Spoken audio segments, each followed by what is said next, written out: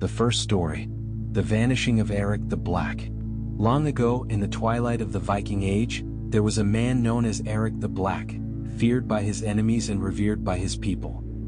He ruled a prosperous village nestled in the fjords of Norway, where his warriors drank and feasted under the northern lights. But Eric was not merely a warlord, he was a seeker of forbidden knowledge, a man who looked beyond the gods and runes of his ancestors. One fateful autumn, Eric gathered his most trusted warriors and set sail into the unknown, seeking a lost land whispered about in ancient sagas.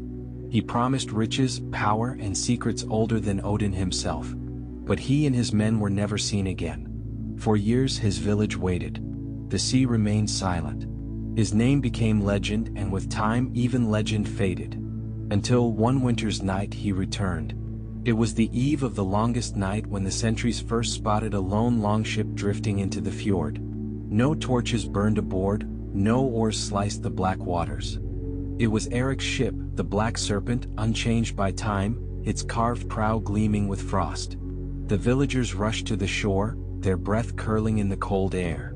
They waited for their leader and his warriors to disembark, but only one figure emerged from the mist, a cloaked man, tall and gaunt. As he stepped onto the frozen sand, the villagers gasped. It was Eric, yet not Eric. His once thick beard was streaked with white, his eyes hollow like those of a man who had gazed too long into the abyss. He said nothing as the villagers knelt before him. He only raised a trembling hand and pointed toward the village, as if seeing it for the first time. Days passed and Eric spoke little. He sat in the longhouse, staring into the fire, refusing food or drink. When asked about his journey, he would only whisper, "We went too far. The gods do not sail beyond that place." The villagers grew uneasy. The once mighty noble was now a husk of himself, haunted by an unseen terror. Some claimed he had made a pact with the Draugr, the restless dead. Others whispered that he had angered the gods and was cursed to walk the earth, neither living nor dead. Then strange things began to happen. At night, the livestock grew restless, their eyes reflecting an unnatural glow. Shadows moved where no light was cast. A thick fog settled over the village, never lifting even in the strongest wind. Some claimed to hear whispers carried by the sea breeze, voices speaking in a tongue older than the runes. Then one by one the villagers began to vanish. A week after Eric's return, a young shield maiden named Freydis took it upon herself to seek answers. Armed with a torch and a seeks, she ventured into the longhouse where the man sat motionless. "Eric," she said, "what did you find beyond the sea? What follows you?" The old Viking slowly turned his head, and for the first time she saw true fear in his eyes. "We did not sail alone," he whispered. "Something sailed with us, and it has followed me back." Freydis pressed him for more, but Eric only shook his head. "You must burn the ship. It must not touch the water again. If it does, they will come." She wasted no time. Gathering the strongest warriors left in the village, she led them to the docks. But as they approached the Black Serpent, the fog thickened. The whispers turned to shrieks. Figures emerged from the mist, twisted, emaciated things, their hollow eyes glinting with hunger. They were not men nor beasts, but something in between. The lost crew of the Black Serpent had returned, but not as they once were. The battle was brief and terrible. Swords clashed, axes split flesh from bone, but the creatures did not fall like men. For every one struck down, another took its place, moving with an eerie, unnatural grace. With no other choice, Freydis lit her torch and hurled it onto the ship's deck. The Black Serpent erupted in flames, its ancient wood crackling and spitting like a dying beast. The creatures screamed as fire consumed them, their forms twisting and fading into the smoke. Then, as suddenly as it had begun, the fog lifted. The night was silent once more. When the sun rose, the villagers found no trace of the creatures, nor of Eric the Black. His longhouse was empty, the chair where he had sat cold and untouched. Some say he vanished with the cursed ship. Others believe he walked into the sea, seeking the place where no gods dared tread. But even now, on the longest night of the year, when the fog rolls in thick over the fjord, some claim to see a lone figure standing on the shore, watching, waiting, and listening for the whispers on the wind. The second story. The Cursed Isle of the North.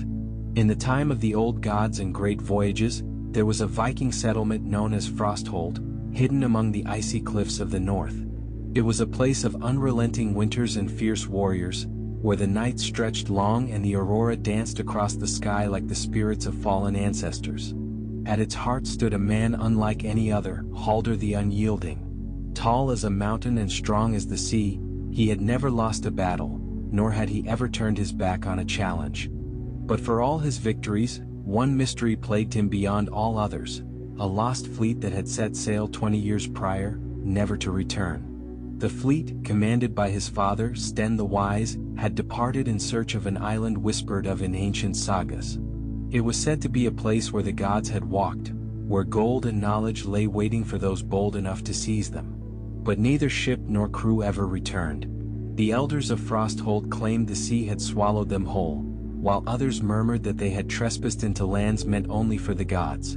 As the years passed, their fate became legend, their names fading like breath on winter air. One bitter winter night, as the snow howled like a restless spirit, an old man arrived at Frosthold, cloaked in rags and covered in frostbite. His hands trembled as he stumbled into the great hall, collapsing before the hearth. His breath came in ragged gasps, his lips blackened with cold. The warriors gathered around him, their eyes narrowed with suspicion. But it was Halder who knelt beside him, gripping the old man's wrist in a calloused hand. "Who are you?" the man demanded. The old man's milky eyes flickered open, and his voice, cracked and raw, rasped out words that sent a shudder through those who listened. "They are still there," he croaked, his voice barely more than a whisper. "Trapped. Cursed. The island is no gift of the gods. It is a prison." The hall fell silent. A gust of wind rattled the wooden beams, as if the very land recoiled at his words. Before Halder could question him further, the man shuddered violently, his breath hitching. Then without another word he fell still. His eyes, wide with terror, stared into the void, frozen in the final moment of his life. A heavy unease settled over the hall. Warriors who had faced 100 battles found themselves shifting uncomfortably. Halder rose slowly, his jaw set. There was only one path before him now. He would finish what his father had started. With his best warriors he set sail into the unknown. For weeks they battled monstrous waves and icy winds, their longships creaking under the relentless assault of the sea. Guided only by the half-mad mutterings of the dead thrall, they pressed onward into waters few had dared to chart. The days blurred into nights, the horizon an endless, shifting expanse of gray. Then, on the edge of the world, where the sky met the sea in an endless abyss, they saw it. A land wreathed in mist, where black cliffs loomed over an eerie, silent shore. The air was thick with something unnatural, a strange hum that vibrated in their bones. It was neither wind nor wave, but something older, something that did not belong to the realm of men. As they landed, the first thing they saw were the ships, dozens of them, their hulls rotted, their sails tattered ghosts of their former selves. The warriors moved cautiously, their hands gripping the hilts of their swords. There were no bones, no signs of battle, only weapons left where they had fallen, as though their owners had simply vanished into the mist. The deeper they ventured, the stranger it became. The village, half built by the lost fleet, stood abandoned yet untouched by time. Wooden beams, meant to become longhouses, lay scattered, tools still resting where they had been left. It was as though the men had stepped away for only a moment, yet decades had passed. Then came the whispers. At first they were faint, like echoes in the wind. But they grew stronger, calling out in voices they knew, fathers, brothers, long-dead comrades. The warriors stood their ground, weapons drawn, but the shadows between the trees began to move. Halder's second-in-command, Rurik, let out a choked scream as something unseen dragged him into the darkness. The others rushed after him, their torches flickering wildly. When they found him moments later, he was on his knees, staring into the void. His lips moved soundlessly, his breath shallow. He was alive, but his mind was gone. One by one the warriors fell, not to sword or claw, but to madness. Halder, determined to break the curse, pressed onward alone. At the island's heart, where the mist curled like living tendrils, he found a great stone altar, etched with runes older than any he had ever seen. The ground was blackened as if scorched by an ancient fire, and waiting beside it was a figure clad in a tattered cloak of black and gold. It was his father. But Sten the Wise was no longer a man. His eyes glowed like embers, his skin pale as ice. His voice, when he spoke, was layered with echoes as though many souls spoke through him. "You should not have come." Halder's heart pounded, but he did not waver. He demanded answers. Sten only shook his head. "We sought to take the gifts of the gods. We did not know they were cursed. We belong to this place now. And so do you." The mist thickened, the whispers becoming wails. The lost warriors emerged, some still clad in their rusted armor, others little more than bones wrapped in shadows. They reached for Halder, their cold fingers grazing his skin, their hollow eyes pleading, hungry. With a final roar, he raised his axe and struck the altar. A great tremor shook the island, and the figures let out shrieks of agony. The mist began to swirl, pulled toward the shattered stone. The lost souls, freed at last, faded into nothingness. When the sun rose, the island was silent once more. Halder, weary but unbroken, made his way back to the shore. Of his warriors, only a handful remained. They burned their dead and set sail, vowing never to speak of what they had seen. To this day the island remains lost, hidden by the mist. But sometimes, when the night is quiet, the whispers of the forgotten can still be heard in the wind, calling for the souls of those foolish enough to seek them. The third story. The Long Night's Journey. The fire crackled softly in the great hall, its warm glow flickering against the wooden beams, casting long and restless shadows. Outside, the wind sighed through the fjords, a gentle but mournful tune, carrying with it the scent of salt and pine. Snowflakes drifted lazily beyond the high windows, swirling like spirits lost in the winter dark. The warriors sat close to the fire, their breath misting in the cold air, their fingers wrapped around tankards of spiced mead.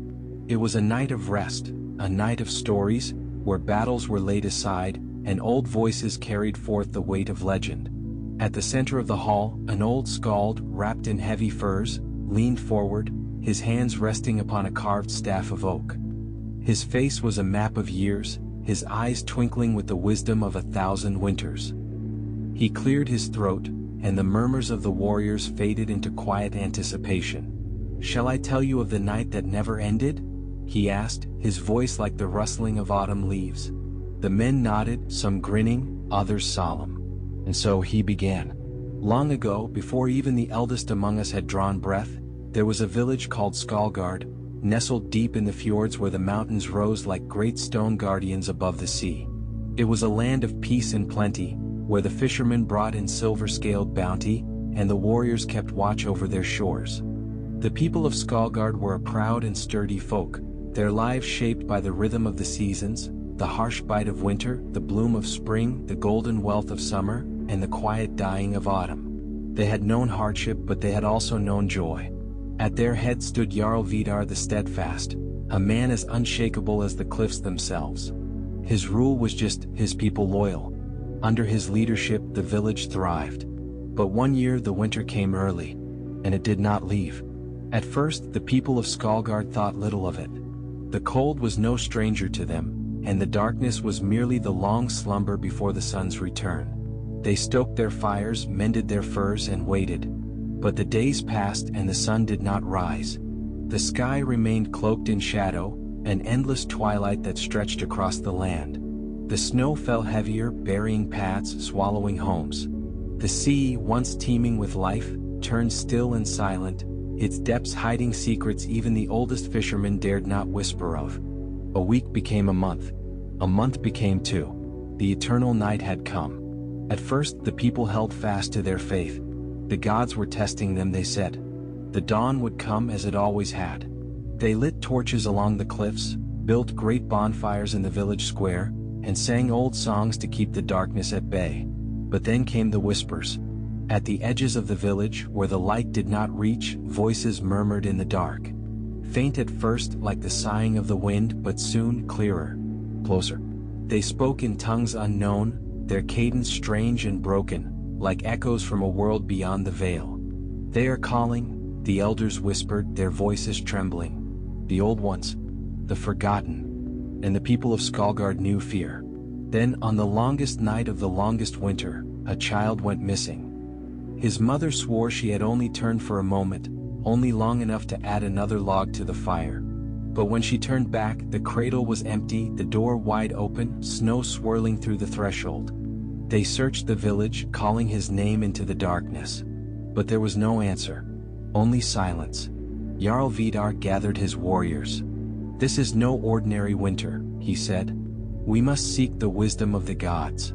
So they set forth 12 of Skalgard's bravest, wrapped in heavy furs, their swords gleaming beneath the pale light of the stars.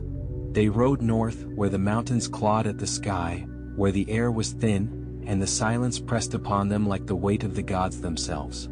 4 days they climbed, their breath ragged, their horses struggling against the deepening snow.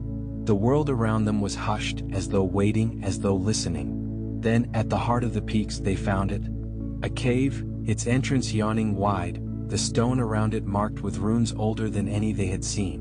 Symbols that spoke of things that should not be spoken of. Vidar traced his fingers over the carvings, feeling their cold bite. His warriors hesitated, shifting uneasily. "This place is not meant for men," one of them whispered. But the Jarl pressed on. The cave swallowed them in shadow. They walked for what felt like hours, deeper and deeper, until at last they emerged into a vast cavern. And there, at its center, stood a tree. It was ancient, blackened and gnarled, its roots twisted like the bones of giants, its branches stretching impossibly high, disappearing into the darkness above. And beneath it sat a figure. Cloaked in midnight, his face hidden beneath a hood, he did not move as they approached. But when he spoke, his voice was the creaking of ancient wood, the sigh of wind through forgotten places. "You seek the sun," the figure murmured. "You seek the dawn." Vidar stepped forward, gripping the hilt of his sword. "We seek only to end this night." The figure chuckled, a sound like cracking ice. "Then a price must be paid." Vidar's warriors stiffened, their hands tightening on their weapons. "A life for the light," the figure continued. "One must stay so the others may leave." Silence fell over the cavern, thick as the weight of the endless night. Vidar turned to his men, his gaze steady. Then, with a slow nod, he unfastened his cloak and let it fall to the ground. "I will stay," he said. His warriors protested, but he raised a hand. "I have lived long. I have seen many summers. But if I do not do this, there will be no more summers for any of us." The figure inclined its head. "So be it." The cavern trembled, the air humming with unseen power.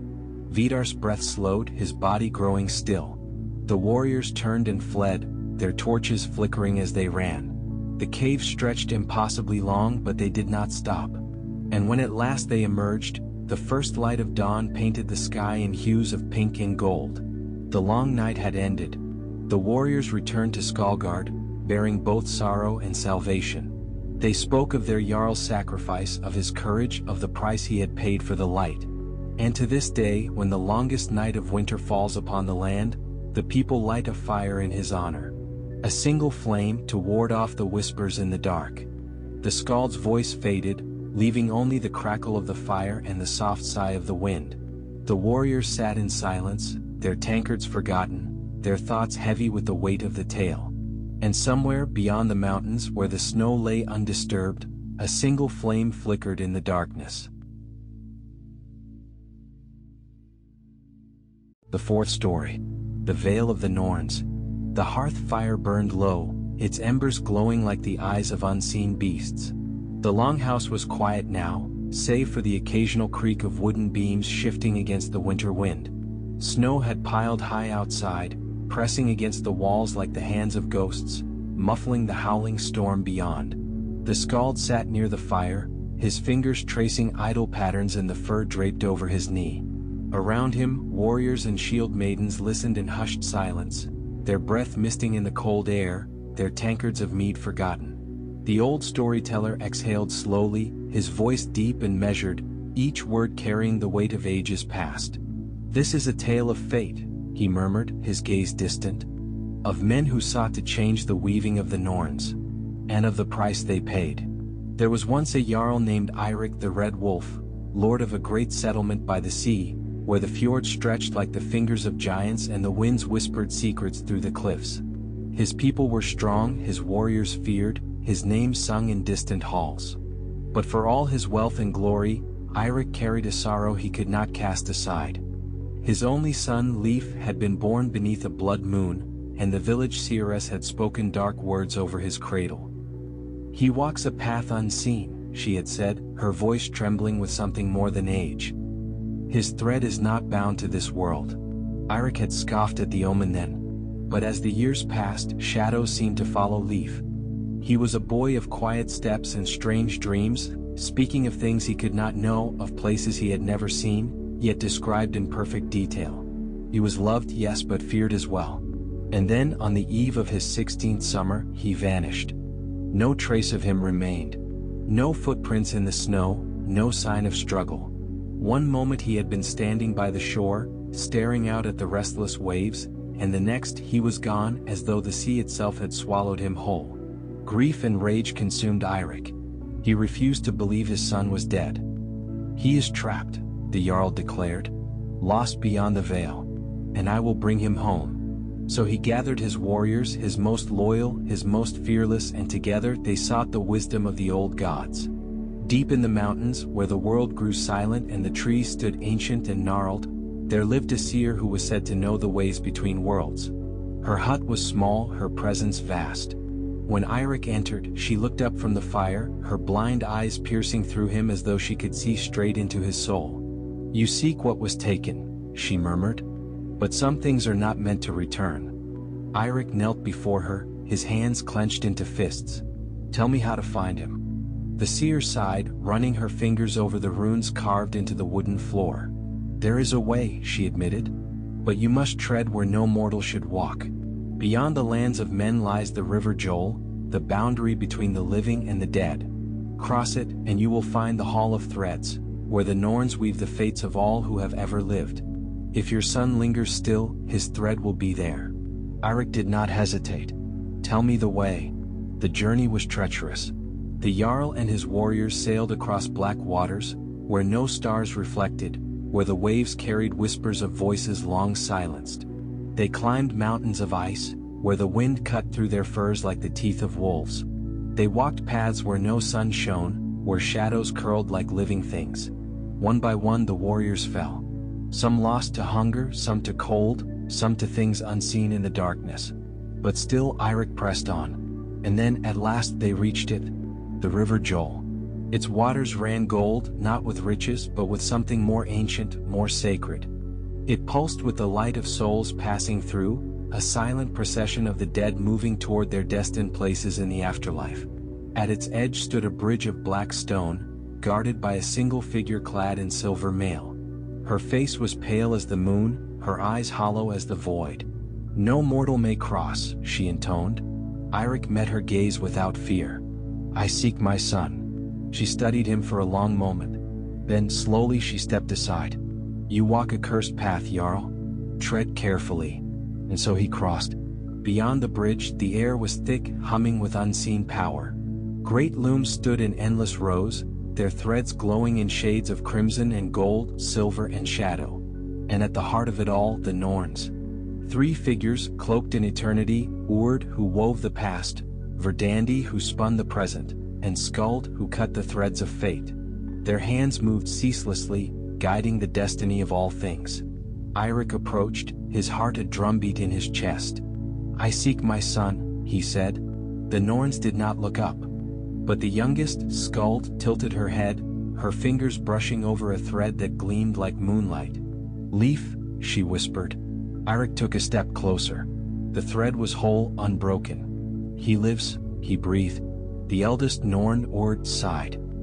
"He does not belong to your world anymore." "Then let me take him back." Verdandi, the Norn of the present, finally looked at him. Her eyes held the weight of infinity. "If you take what is not meant to return, another must take his place."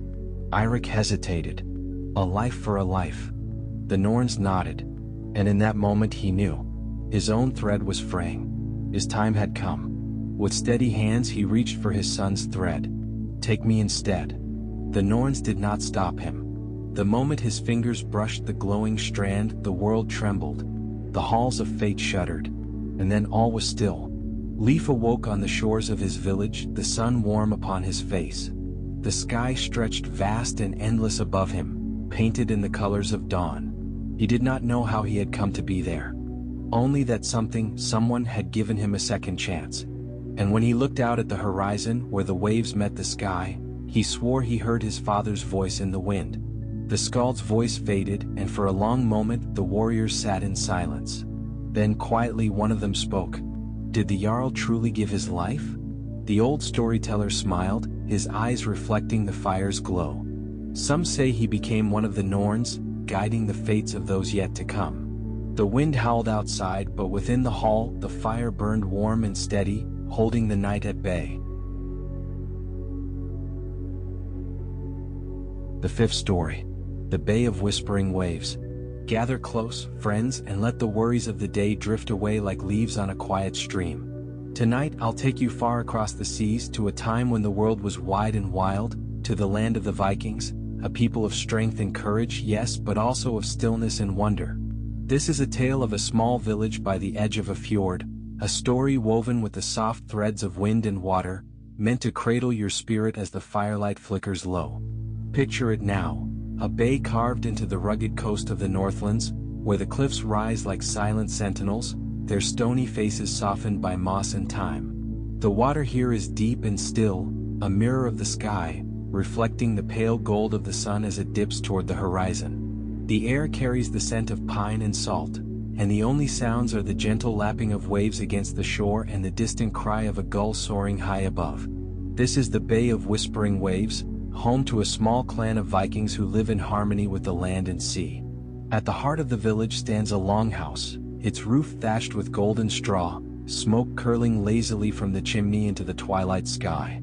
Inside, the hearth glows warm and steady, casting a soft light on the wooden beams carved with runes of protection and peace.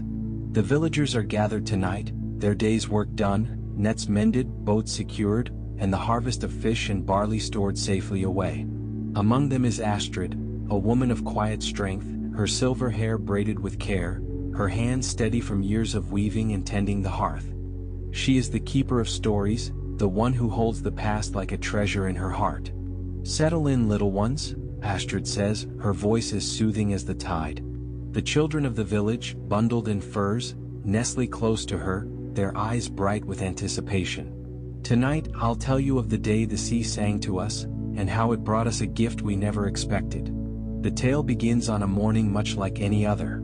The mist hung low over the fjord, wrapping the world in a blanket of silver. The village stirred gently awake. Eirik, the fisherman, slipped his boat into the water, its oars cutting through the stillness with a rhythmic hush. Sigrid, the healer, gathered herbs along the cliffs, her basket swaying at her side as she hummed an old tune. And young Torin, barely past his 10th winter, climbed the rocks near the shore, dreaming of the day he'd sail beyond the bay to see the wide world. But this morning was different, though no one knew it yet.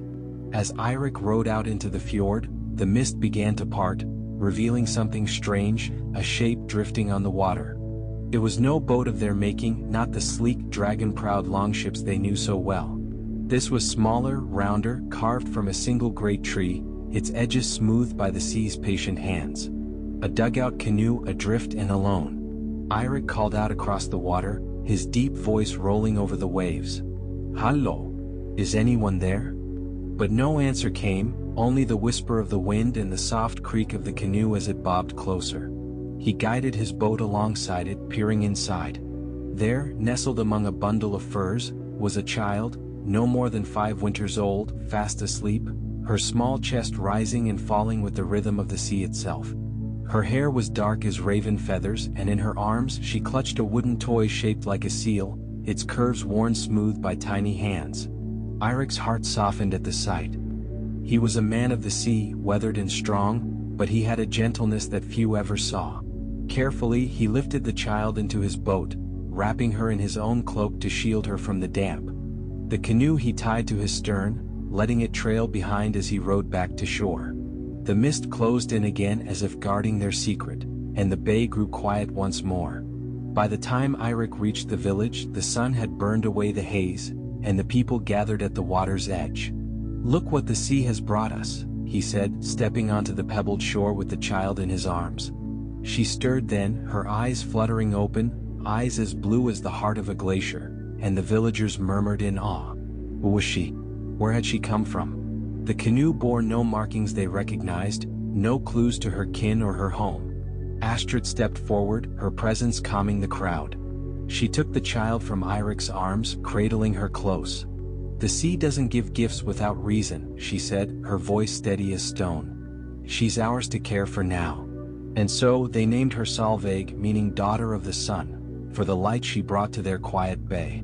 Days turned to weeks, and Solveig settled into the village as naturally as a bird finds its nest. She was a quiet child, but her laughter, when it came, was like the chime of bells on the wind. Torin took her under his wing, showing her the best places to find smooth stones along the shore or watch the seals bask on the rocks. Sigrid brewed teas to strengthen her small frame, and Eirik carved her a new toy, a little boat to match the seal she'd clung to. The villagers marveled at how the bay seemed brighter with her there, as if the sea itself had blessed them. One evening, as the long summer days stretched into twilight, Astrid gathered the village by the shore. The sky was painted with streaks of pink and gold, and the water shimmered like molten amber. Solveig sat at Astrid's feet, her wooden seal in her lap, watching the waves with a knowing look beyond her years. "Do you hear it?" Astrid asked, her voice low and melodic. The villagers fell silent, listening. At first, there was only the familiar hush of the tide, the rustle of leaves in the trees. But then, beneath it all, came a sound, a soft, lilting hum, rising and falling like a lullaby. It seemed to come from the water itself, a song without words, weaving through the air and into their bones. "The sea is singing," Astrid said, a smile creasing her weathered face. "It's thanking us for taking her gift, for giving Solveig a home." The villagers nodded, their hearts full. They didn't need to understand where she'd come from or why she'd been sent. It was enough that she was theirs, a daughter of the bay. As the seasons turned, Solveig grew tall and strong, her dark hair streaked with gold from the sun. She learned to fish with Eirik, to weave with Astrid, to tend the herbs with Sigrid. And always, she carried a quiet wonder, as if she remembered the sea's song and the journey that had brought her here. The village thrived in those years, nets overflowed with fish, the barley grew thick and golden, and the storms that sometimes battered the coast seemed to soften as they neared the bay. One crisp autumn night, when the aurora danced across the sky in ribbons of green and violet, Solveig stood at the water's edge with Torin, now a young man with a beard just beginning to grow. "Do you think I came from far away?" she asked, her voice soft as the breeze. Torin thought for a moment, watching the lights reflect on the waves. "Maybe," he said. "But it doesn't matter. The sea chose us for you, and that's where you belong." Solveig smiled, her blue eyes catching the glow of the sky. "I think so too," she whispered. And together, they listened as the bay murmured its gentle song, a melody of peace and belonging that wrapped around them like a warm embrace. Back in the longhouse, Astrid finished her tale, her voice fading into the crackle of the hearth. The children sighed, their eyelids heavy with sleep, and the adults exchanged quiet smiles. "So you see," Astrid said, "the sea is vast and wild, but it knows how to care for its own. And here in our little bay we've learned to listen. Now, friends, let your minds linger on that shore a while longer. Imagine the cool touch of the breeze, the steady rhythm of the waves, the glow of the firelight fading into the night. The bay of whispering waves is still there, somewhere across the waters, whispering its song to those who know how to hear. Rest easy now and let the tide carry you into dreams." The sixth story. The Valley of the Silent Stones. Come close, dear ones, and let the cares of the day slip away like mist before the dawn. Tonight, we travel back to the age of the Vikings, to a land of towering mountains and hidden valleys, where the wind sings through the pines and the earth holds secrets older than memory. This is a tale of peace and discovery, of a quiet place where the heart can rest. Settle in and let the story carry you across the seas to a time long past. Imagine a valley tucked between two great peaks, their slopes cloaked in forests of deep green. A river runs through this place, its waters clear and slow, winding past meadows where wildflowers nod in the breeze. At the valley's edge stands a ring of stones, tall, weathered slabs etched with runes, their surfaces smoothed by centuries of rain and wind. The villagers call this the Valley of the Silent Stones, and it is here that our story unfolds. In a small settlement by the river, the people live simply. Their homes are sturdy, built of timber and stone, with roofs of sod that bloom with grass in the summer. Smoke rises from chimneys in thin, curling threads, and the air smells of freshly baked bread and the tang of the forge. This is a clan of farmers and craftsmen, not warriors seeking glory, but folk who find joy in the rhythm of the seasons and the work of their hands. Among them is Bjorn, a man of middle years with a beard streaked with gray and eyes that crinkle when he smiles. He is the village's carver, skilled at shaping wood into bowls, spoons, and figures that delight the children. His hands are rough but steady, and his heart is as warm as the hearth he tends each night. Beside him lives Freya, his sister, a woman with a voice like a lark and a gift for tending the sheep that roam the valley's slopes. Together they watch over the village, their days filled with quiet purpose. One spring morning, as the snowmelt swelled the river and the first green shoots pierced the earth, Bjorn set out to gather wood from the forest. The sun hung low, casting long shadows across the valley, and the air was crisp with the promise of warmth to come. He carried his axe over his shoulder, whistling a tune his mother had taught him long ago, when something caught his eye, a glint of light near the ring of stones. Curious, Bjorn approached. The stones stood as they always had, silent and still, but at their base, half buried in the soil, was a small chest. It was no larger than a loaf of bread, carved from dark wood and bound with iron bands that gleamed faintly in the sunlight. The runes etched into its lid were unfamiliar, older than those he knew, their shapes twisting like roots beneath the earth. Bjorn knelt, brushing away the dirt. The chest felt warm to the touch, as if it had lain in the sun all day, though the ground around it was cool. He hesitated, such things could carry blessings or curses, and the old tales warned of meddling with the unknown. But his curiosity won out, and with a gentle tug, he lifted the lid. Inside lay a single object, a flute carved from bone, its surface polished to a soft sheen. Tiny holes dotted its length, and at one end, a delicate pattern of leaves and vines twined around it, as if grown there by some ancient hand. Bjorn lifted it carefully, turning it in the light. It was beautiful, light as a feather, and when he brushed his fingers across it, a faint hum seemed to rise from the air itself. He brought the chest and flute back to the village, showing them to Freya as they sat by the fire that night. "What do you make of it?" he asked, his voice low and thoughtful. Freya took the flute, her fingers tracing the carvings. "It's old," she said, "older than the stones, maybe? The earth kept it safe for a reason." She smiled then, a spark of mischief in her eyes. "Play it, Bjorn. Let's see what it says." Bjorn chuckled, shaking his head. "I'm no skald, Freya. I carve wood, not music." But at her urging, he raised the flute to his lips and blew softly. At first there was only a whisper of breath, but then a note emerged, clear and pure, like water over stone. It rose and fell, a melody that seemed to carry the sigh of the wind, the rustle of leaves, the murmur of the river.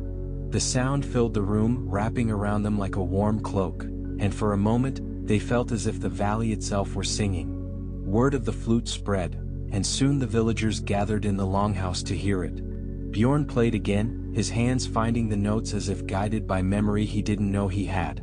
The music was gentle, a lullaby of the earth, and it brought a stillness to the room. Old Gunnar, the shepherd, closed his eyes and smiled, his wrinkles softening.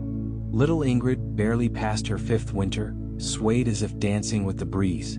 Even the dogs curled up by the hearth, their tails thumping softly against the floor. "It's a gift," Freya said when the last note faded. "Something left for us to find, to remind us of this place." The villagers agreed, and from then on, the flute became part of their evenings. Bjorn played when the day's work was done, and the music wove itself into the fabric of their lives, a thread of peace in a world that could be harsh and wild. As summer bloomed, the valley seemed to answer the flute's call. The river ran clearer, the meadows burst with flowers, and the sheep grew fat on the lush grass. One evening, as the sun dipped behind the peaks and the sky turned to lavender, Bjorn took the flute to the ring of stones. The villagers followed, blankets in hand, settling among the wildflowers to listen. He played, and the notes drifted upward, mingling with the twilight. The stones seemed to hum in response, a deep, resonant sound that pulsed through the ground, as if waking from a long sleep. Young Leaf, a boy with a mop of red hair, tugged at Freya's sleeve. "Do you think the stones like it?" he asked, his voice a whisper. Freya laughed softly. "I think they've been waiting for it," she said. "Maybe they've been silent too long." From that night on, the valley felt different, alive in a way it hadn't before. The villagers began to notice small wonders: a deer lingering near the stones to listen, a hawk circling overhead as if drawn by the sound, the way the river seemed to sparkle when the flute played. They didn't question it, didn't need to. It was enough to know the music belonged here, a gift from the earth to those who called it home. Years passed, and Bjorn's hair turned fully gray, his hands slower but no less steady. The flute remained with him, its bones still smooth and warm, its song unchanged. Freya took to singing with it, her voice blending with the notes in a harmony that made the children sigh and the elders nod. The village grew, new faces joining the old, but the Valley of the Silent Stones stayed a place of quiet joy. One winter night, when the snow lay thick and the stars burned bright above, Bjorn sat by the fire with the flute in his lap. The room was full, grandchildren at his feet, friends at his side, and he played one last time. The melody was soft, a farewell woven with gratitude, and when it ended he smiled. "This stays with you now," he said, passing the flute to Leaf, grown tall and strong. "Keep the valley singing." Bjorn was gone by spring, laid to rest near the stones he'd loved. But the flute lived on, passed from hand to hand, its music a thread that bound the village together. And the valley listened, its silent stones no longer quiet, but humming with the echo of a song that would never fade.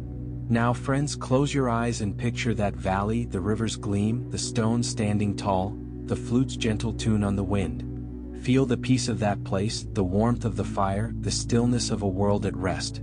The Valley of the Silent Stones waits there still, somewhere beyond the horizon, its music whispering through time. Let it cradle you now and drift into the night on its song. The Seventh Story. The Keeper of the Tide. Come near, good folk, and let the weight of the day fall away like pebbles into the sea. Tonight, we journey to the time of the Vikings, to a land where the mountains kiss the sky and the waters hold tales older than the stars. This is a story of quiet wonder, of a man and his bond with the tides, meant to soothe your spirit as the shadows lengthen. Sit back, breathe deep, and let the tale wash over you. Picture a fjord stretching long and narrow, its waters dark and glassy, flanked by cliffs that rise steep and green. At its mouth, where the sea meets the land, a village nestles among the rocks, a cluster of low houses with roofs of turf, their edges soft with moss. The air here is cool and briny, scented with seaweed and the faint smoke of hearth fires. Gulls wheel overhead, their cries blending with the steady breath of the waves. This is Tide Haven, a place where the rhythm of the sea shapes every day. In this village lives Harold, a man of gentle years, his hair a mix of brown and silver, his face lined by wind and sun. He is no warrior or chieftain, but the keeper of the tides, a role passed down through his family for generations. Each morning he walks the shore with a staff of driftwood, its tips smoothed by the sea, and watches the waters rise and fall. He knows its moods, the way it swells with the moon, the way it whispers before a storm, the way it rests when the world is still. The villagers rely on him to guide their fishing, to warn of rough seas, to mark the times for mending nets or gathering clams. Harold's home is small, perched on a rise above the fjord, its walls hung with dried herbs and shells he's collected over the years.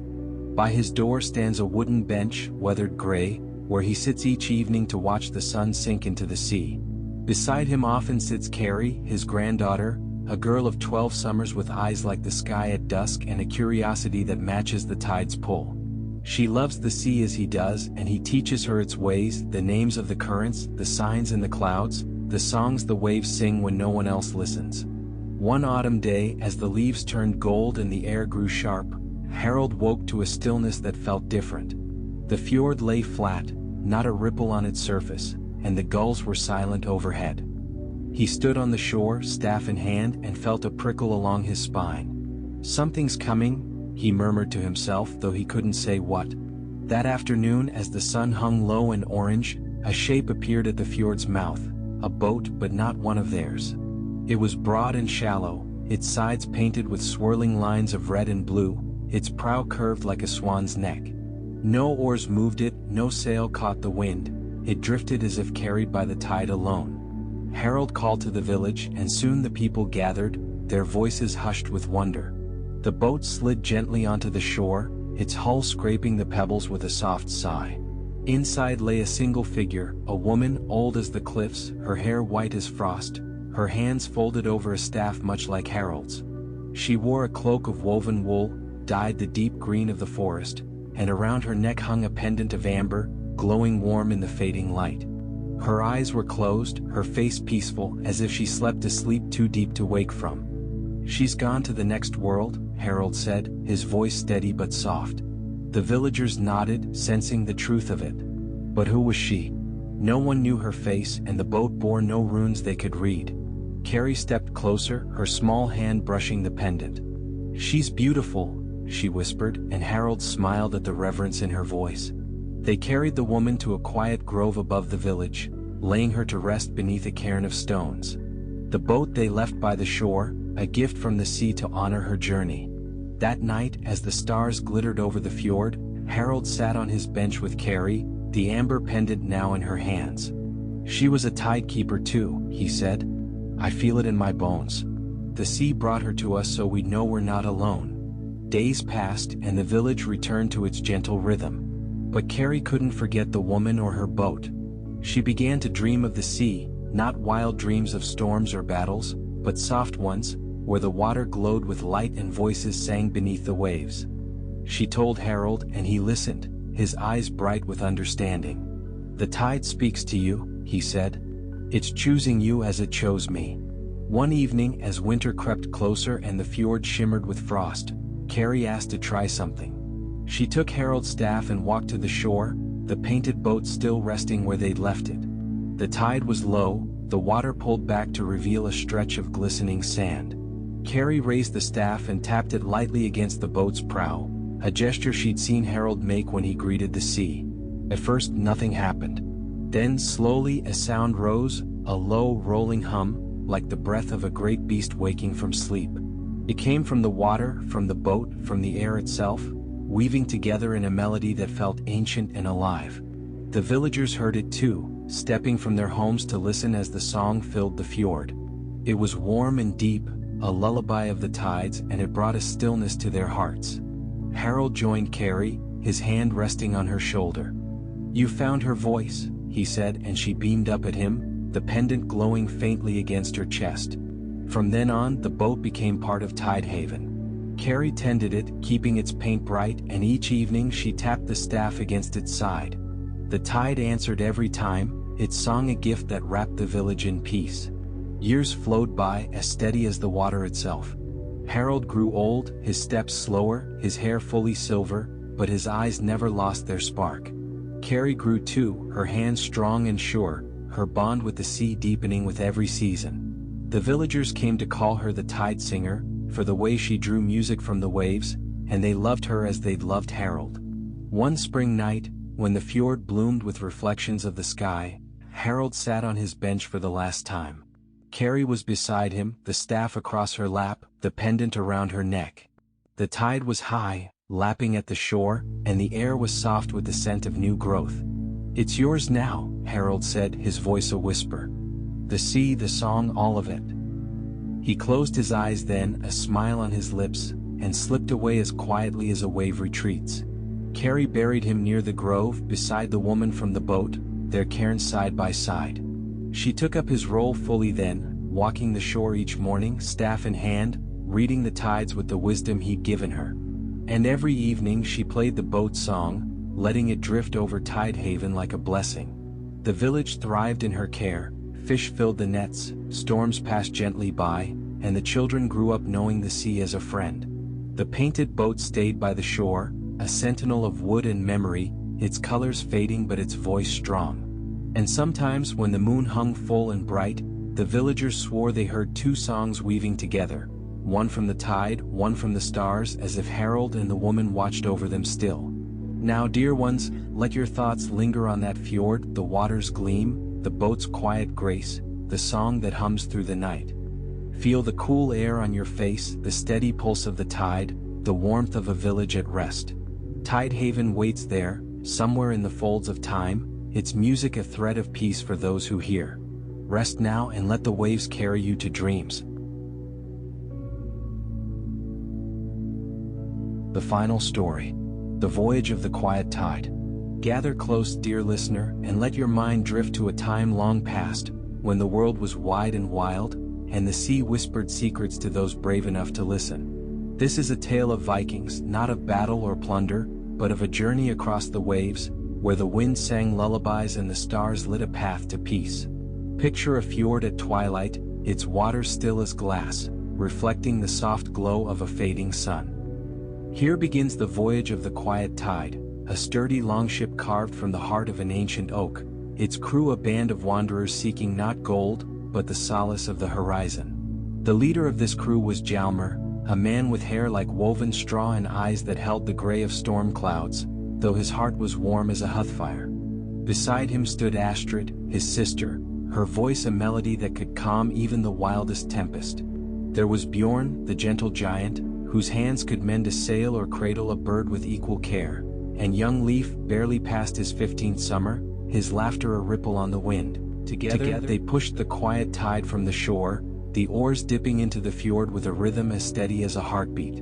The sea welcomed them, its surface a blanket of deep blue, stitched with threads of silver where the moonlight touched.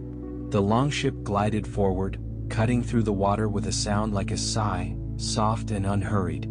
The crew settled into their places, Hjalmar at the helm, his hand steady on the tiller, Astrid perched near the prow, her eyes tracing the shapes of distant clouds. Bjorn hummed a tune, low and rumbling, a song of the mountains his father had taught him, while Leif dangled his fingers over the side, giggling as the cold waves kissed his skin. The first night fell gently, a curtain of stars unfurling above them. The Vikings rested, their breaths mingling with the creak of the ship and the lap of the waves. Hjalmar spoke then, his voice a quiet thread in the darkness. "We sail not for glory," he said, "but to find the place where the sea meets the sky, where the world feels whole." Astrid smiled, her fingers brushing the strings of a small harp she carried, letting a few notes drift into the night, soft like rain on leaves. By morning, the quiet tide drifted into a realm of mist, where the air grew thick and cool, wrapping the ship in a tender embrace. The crew moved slowly, their voices hushed as if afraid to wake the stillness. Then from the haze came the shapes of whales, great, graceful shadows gliding beneath the surface. Their spouts rose like geysers, a fine spray catching the sunlight in tiny rainbows. Leif leaned over the edge, his eyes wide with wonder. "They're singing," he whispered, and indeed, a low, haunting melody rose from the deep, vibrating through the hull of the ship. Astrid joined the song with her harp, her notes weaving with the whale's call, a harmony that felt older than the stones of the earth. The whales stayed with them through the day, their presence a comfort, a reminder that the sea was alive and kind to those who respected it. Bjorn tossed a scrap of dried fish into the water, chuckling as a young calf breached the surface, its flipper slapping the waves in playful reply. The crew laughed together, their voices soft, blending with the wind that now carried them westward. Days passed, each one a gift of calm. The sun rose in hues of amber and rose, painting the sea with light, while the nights brought a sky so vast it seemed to cradle the world. One afternoon, as the quiet tide rocked gently on a current, Hjalmar called for the oars to rest. "Look," he said, pointing to the water. Beneath them, the sea glowed, a shimmering dance of green and blue, as if the spirits of the deep had lit lanterns to guide their way. Astrid told a tale her grandmother had shared, of the sea's glow being the dreams of sleeping fish, rising to the surface to greet the stars. The crew sat in silence, watching the light ripple and fade, their hearts full of quiet awe. That evening they found a small island, a crescent of sand and stone cradled by the sea. They pulled the quiet tide ashore, the crunch of the keel against the beach a satisfying sound. Bjorn built a fire, its flames crackling and sending sparks to join the stars above. They ate a simple meal, bread baked in the village, fish caught that day, and berries Leif had gathered from a bush near the shore. Astrid played her harp again, a tune that spoke of home, of the fjord's embrace, and the crew joined in with voices soft and steady, a chorus that wrapped them in warmth. The island became their haven for a time. They explored its shores, finding shells that spiraled like tiny galaxies and stones smoothed by centuries of waves. Leif climbed a low hill, calling out when he found a spring bubbling from the earth, its water sweet and cold. They drank deeply, laughing as it spilled down their chins, the taste a gift from the land itself. Hjalmar lay back on the sand, his arms behind his head, watching clouds drift like ships of their own. "This," he murmured, "is what we sought, not a place but a feeling." One night, as the moon hung full and bright, they saw the sea dance again. This time, it was the tide itself, alive with tiny lights that shimmered with every wave. Bjorn waded in, his massive frame silhouetted against the glow, and scooped handfuls of water, letting the sparks drip through his fingers. "It's like holding the sky," he said, his voice a rumble of joy. The others joined him, their laughter echoing across the water, a sound as natural as the wind through the pines back home. When the time came to leave, the crew felt no sorrow, only gratitude. The island had given them rest, the sea had given them peace, and the journey had woven their spirits closer. They pushed the quiet tide back into the waves, the ship groaning softly as if reluctant to part from the shore. The wind filled the sail, a gentle hand guiding them eastward, back toward the fjord they called home. The whales returned once more, their spouts a farewell, their song a promise that the sea would always welcome them. As the days stretched on, the crew spoke less, content to let the world speak for them, the rustle of the sail, the splash of the oars, the cry of a gull overhead. Astrid's harp sang its final notes as the fjord came into view, its cliffs rising like old friends, their peaks kissed by the first light of dawn. The quiet tide slipped into the still waters, the village waking to greet them with sleepy smiles and warm bread. Hjalmar stood on the shore, his boots sinking into the sand, and looked back at the sea. "We found it," he said to Astrid, who nodded, her harp cradled in her arms. They had sailed not for treasure or fame, but for the quiet moments, the glow of the water, the song of the whales, the laughter of friends beneath the stars. And so, dear listener, let this tale settle in your heart like a tide at rest. The Vikings of the quiet tide found their peace, and perhaps in hearing their story, you found a little of yours too.